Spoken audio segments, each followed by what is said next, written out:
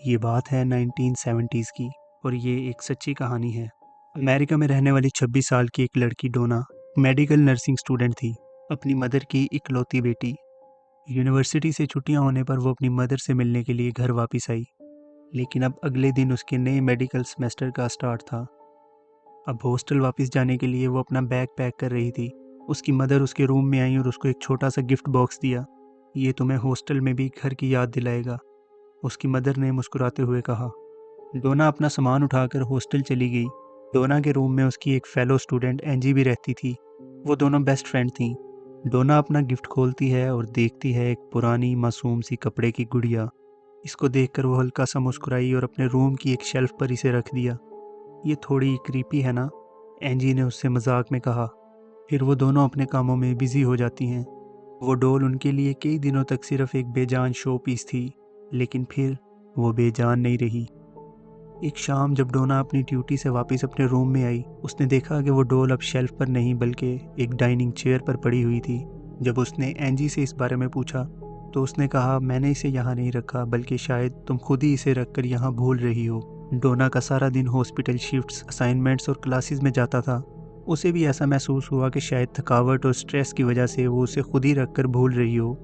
लेकिन अगले दिन वो डॉल किचन से मिली और उससे अगले दिन डोना के बेड पर।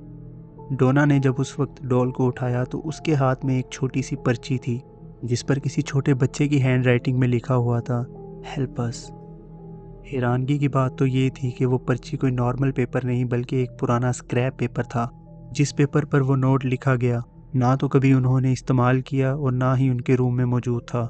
लेकिन डोना एक मेडिकल साइंस की स्टूडेंट थी। शायद यही वजह थी कि वो पैरानॉर्मल चीज़ों पर बिल्कुल भी यकीन नहीं रखती थी। उसे लगा शायद उसकी दोस्त एंजी उसके साथ कोई मजाक कर रही है। लेकिन फिर ये सब बहुत इंटेंस होने लगा। हर रोज़ नई पर्चियाँ मिलने लगीं, जिस पर बहुत अजीब नोट्स लिखे होते, जैसे I miss them, let me in, help us, जो उन दोनों के लिए मीनिंगलेस होते थे। मगर ये नोट हमेशा मीनिंगलेस भी नहीं होते थे। कभी कभी ये एक क्लियर वार्निंग मैसेज का काम करते थे। जैसे एक रात जब एंजी वॉशरूम से वापस आई, उसने डॉल को रूम के कॉर्नर में पड़ी एक स्विंग चेयर पर बैठे देखा। उस वक्त डॉल का फेस दीवार की तरफ था और वो स्विंग चेयर विदाउट किसी रीज़न के मूव कर रही थी। उसे विस्परिंग की आवाज़ आ रही थी, जैसे डॉल किसी से बात कर रही हो। वो हिम्मत करके रूम के कॉर्नर की तरफ गई और जब उसने डॉल को सीधा किया तो उसके हाथ में एक नई पर्ची थी, जिस पर नोट लिखा हुआ था, डोंट लुक एट मी। उस पर्ची की एक साइड पर खून का निशान भी मौजूद था। ये सब देखकर वो इतना डर गई कि वो चिल्लाने लगी। उसने डोना को ये सारी बात बताई। सबसे वियर्ड बात ये थी कि जब वो दोनों वापस आईं, वो पर्ची तो मौजूद थी, मगर सब कुछ साफ हो चुका था। अब उस पेपर पर कुछ भी मौजूद नहीं था। एक रात वो दोनों रूम पर मौजूद नहीं थी। अगले दिन दरवाज़ा नॉक हुआ। जब उन्होंने दरवाज़ा खोला तो सामने उनके नेबर्स मौजूद थे। उन्होंने बताया कि कल रात तुम्हारे रूम से किसी के चीखने और चिल्लाने की आवाज़ आ रही थी, मगर तुम लोग तो रूम पर नहीं थे ना। डोना और एंजी ने एक दूसरे की तरफ खौफ भरी निगाहों से देखा। अब उनको एहसास हो चुका था कि वो रूम पर सिर्फ दो लोग नहीं रहते, बल्कि उनके साथ कोई अनवांटेड गेस्ट भी मौजूद है। उन दोनों ने इस चीज़ की इन्वेस्टिगेशन करवाने का डिसीजन लिया। वहीं की रहने वाली एक लोकल मीडियम को बुलाया गया। मीडियम उस इंसान को कहते हैं जो होली रिचुअल्स की मदद से किसी जगह पर डिमोनिक प्रेजेंस को कंफर्म करता है। जब वो मीडियम उनके रूम में दाखिल हुई, बिना कोई सवाल किए उसने कहा, यहाँ कुछ तो अजीब है। इसके बाद चीज़ें बिगड़ने लगीं। रिचुअल के दौरान जलाई गई कैंडल्स खुद ब खुद बुझ गईं। टेबल वायलेंट तरीके से हिलने लगा। डोना और एंजी भी उस वक्त उसी कमरे में मौजूद थीं। फिर मीडियम ने एक हल्की सी आवाज़ में कहा, ये एक बच्ची की रूह है जिसका नाम है एनाबेल। उस मीडियम का कहना था कि उस बच्ची को इसी बिल्डिंग के करीब कत्ल किया गया था और वो अब सिर्फ रहने की जगह चाहती है। डोना को ये सब सुनकर रहम आ गया। उसने उस मीडियम से पूछा, क्या वो इनोसेंट है? जिस पर मीडियम ने जवाब दिया, हाँ। फिर डोना ने कहा, उसको रहने की इजाज़त दे दो। एंजी ने काफ़ी मना किया, मगर अब बहुत देर हो चुकी थी। उस डॉल के चेहरे पर अब एक अजीब सी मुस्कुराहट का एहसास था। उस रात से चीज़ें मज़ीद खौफनाक होने लगी। रात भर किसी के चलने की आवाज़ सुनाई देती, चीज़ें शेल्फ से खुद ब खुद गिर जाती। डोना का फियांसे जिसका नाम था लू एक दफ़ा उनके अपार्टमेंट में आया।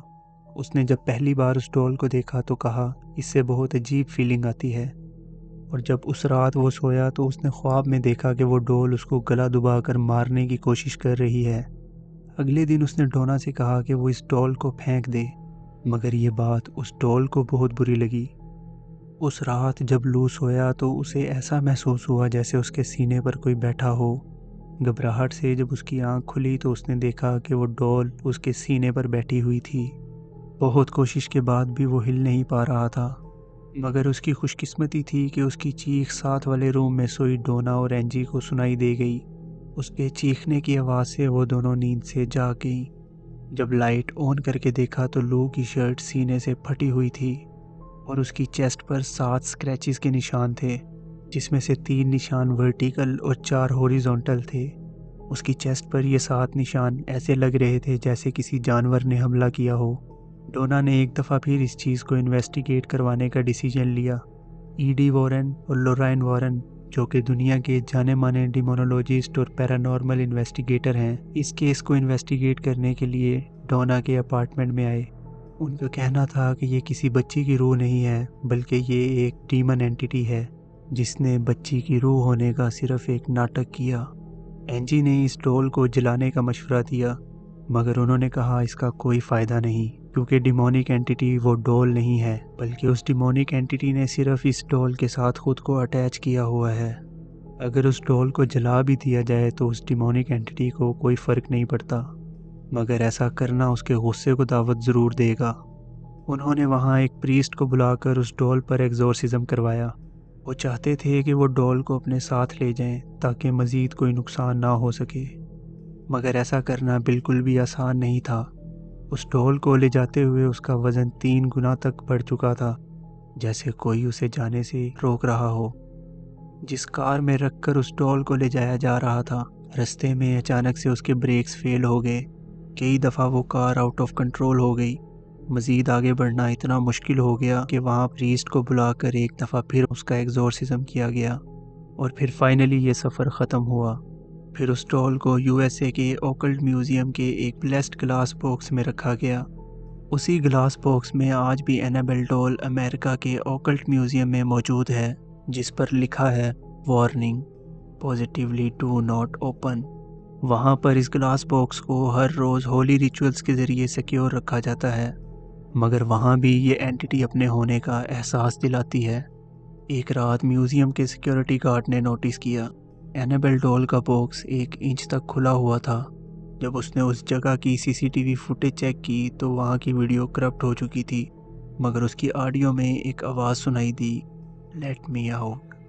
लोग आज भी उस म्यूज़ियम को विज़िट करने के लिए जाते हैं, लेकिन उस डॉल को कुछ भी बोलने से उनको सख्ती से मना किया जाता है। जब एक दफ़ा एक विज़िटर म्यूज़ियम में गया, उसने उस डॉल का मजाक उड़ाया और उसके ग्लास को नॉक किया, तो वापस जाते हुए उसका एक एक्सीडेंट हुआ और उसकी मौत हो गई। लोराइन वॉरेन का कहना था, एनाबेल ऐसी चीज़ नहीं जिसके साथ खेला जाए, उसका मजाक बनाया जाना वो कभी नहीं बोलती। इस इंसिडेंट पे उनका कहना था कि उस विज़िटर ने खुद उसको दावत दी और फिर उसकी कीमत अदा की। उम्मीद करते हैं आपको ये डॉक्यूमेंट्री पसंद आई होगी।